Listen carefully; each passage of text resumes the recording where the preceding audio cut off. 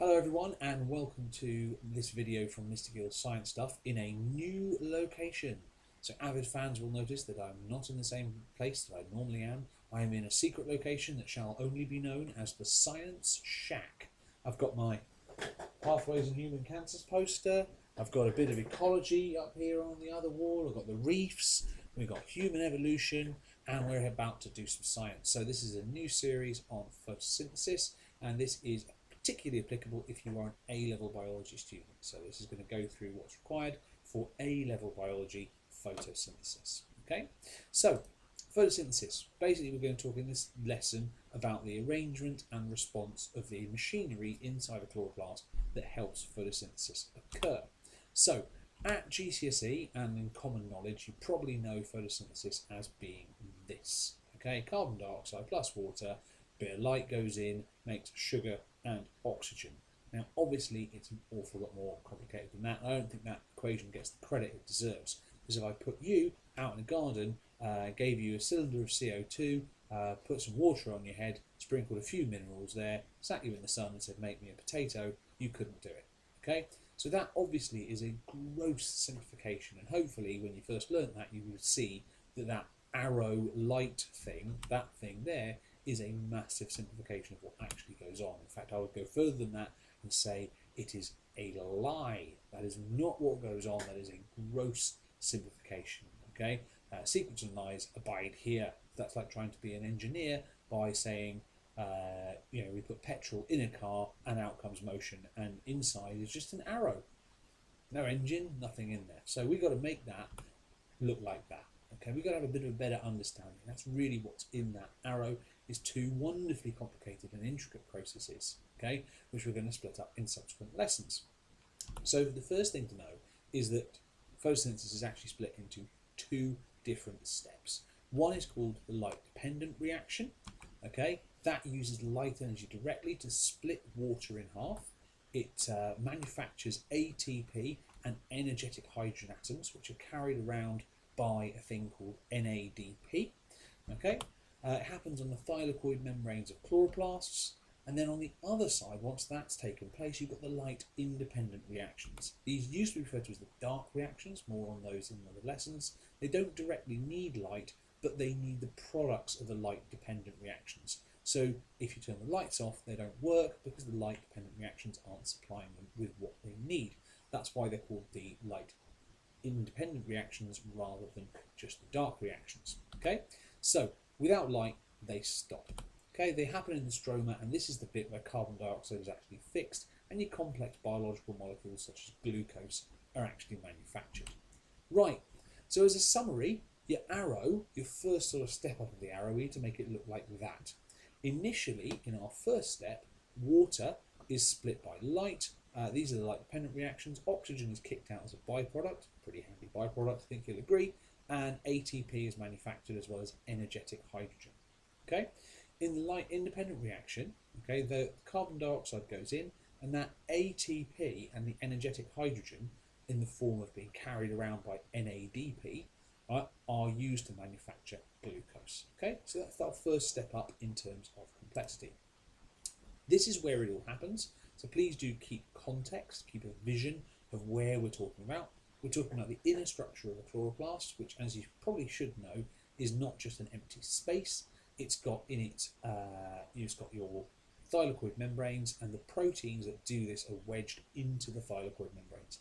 And it's those proteins and other molecules that we're going to be talking about in this lesson, right? So in a chloroplast, they've got this double membrane of thylakoid membranes. How you can tell them apart from the mitochondria on a black and white picture. They've got 3 membranes, whereas mitochondria only have 2. Okay, so they're folded into these thin vesicles called thylakoids. The spaces are called the thylakoid lumen. They're layered into these stacks called grana, and they contain this thing called ATP synthase, which is an incredibly important protein. They also have their own DNA, their own tRNA, their own ribosomes and starch grains, because if you go back far enough in time, you would find them as free-living bacteria, free-living organisms. And in fact, we do still find free-living chloroplast-like things living on the planet. They're called cyanobacteria. So this is the structure. As you can see, look, we've got these thylakoid membranes stacked up into granum, a thylakoid stack there, We've also got these stalk particles, ATP synthase, as well as other proteins and non-protein molecules which make up the chlorophyll complexes. This stuff is called the stroma. They've got their own starch grain, which is one way you can tell if they've been photosynthesizing, because they'll make more starch. They've also got their own ribosomes, and they make their own proteins. Okay? So chlorophyll. There's actually two different types. When we talk about chlorophyll at sort of school level, GCSE level, right, we just say chlorophyll. Actually, there's way more than just chlorophyll. There's actually two different kinds. Initially, chlorophyll A and chlorophyll B, plus a bunch more photosynthetic pigments. The carotenoids, the luteins, the xanthophylls, all sorts of different pigments. Okay? The reason for that should be pretty obvious. It basically makes the whole process more efficient. They all absorb at slightly different wavelengths, they're slightly different colours, therefore several pigments means more light is used. If light is not used, it's reflected or transmitted. You should all be able to work out that's predominantly the green wavelengths, which is why plants look green. Okay, so here we have a lovely thing called the absorption spectra of all the different pigments. As you can see, we've got chlorophyll A here, chlorophyll B, luteins, beta-carotene, zeaxanthin, and lycopene. Yes, beta-carotene, is the same stuff that's in carrots. Okay, it's white, orange colour. As you can see, lots of activity down here in the 400 to 500 nanometers. Quite a bit of activity up here towards 700, and then this big gap down here in the middle in the greeny yellow area, which is why leaves reflect that light and why they look greeny yellow. Okay, so if we sort of simplify that down, right, we can actually get some experimental evidence that this is true. So if we do the simplified version and look at this graph, as you can see, they look remarkably similar. This graph is called an action spectrum, and this is basically the rate of photosynthesis when you only fire a particular wavelength of light at that plant. So if you take a bunch of plants, put them in a contained environment, only fire 400 nanometer wavelengths at them, then they'll photosynthesize this fast.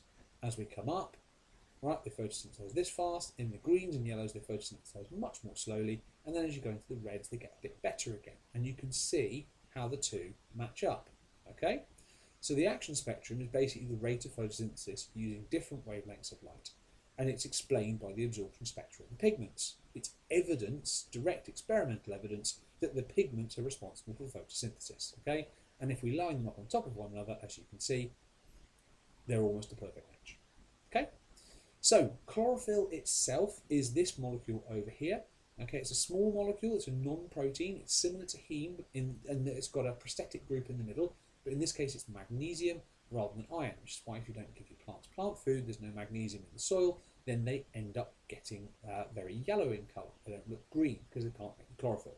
It's also why if your nan's getting their sprouts on, for Christmas and about now in early October, then that's why they lose their green colour, because you boil the colour out of those vegetables, that magnesium is lost and they get that horrible grey colour. They're arranged in these complexes called photosystems that are like cone-shaped complexes which absorb the sunlight. Photosystems contain over 200 chlorophyll molecules and 50 accessory pigments, several proteins, several lipids. Photosystems are located in the thylakoid membranes, are located on them. They've got two kinds, photosystem 1 and photosystem 2, and it should be fairly obvious as to why, because they all absorb light at different wavelengths. Okay, you will do a practical where, of course, you can split them up in this process of chromatography, but more on that in another session. Okay, so that's a really quick blast, a really quick overview of what happens inside a chloroplast, why the arrow in the photosynthesis equation is such a big lie, and in next lessons we'll go into the light-dependent and light-independent reactions on their own in more detail. Thanks very much, and I'll see you then.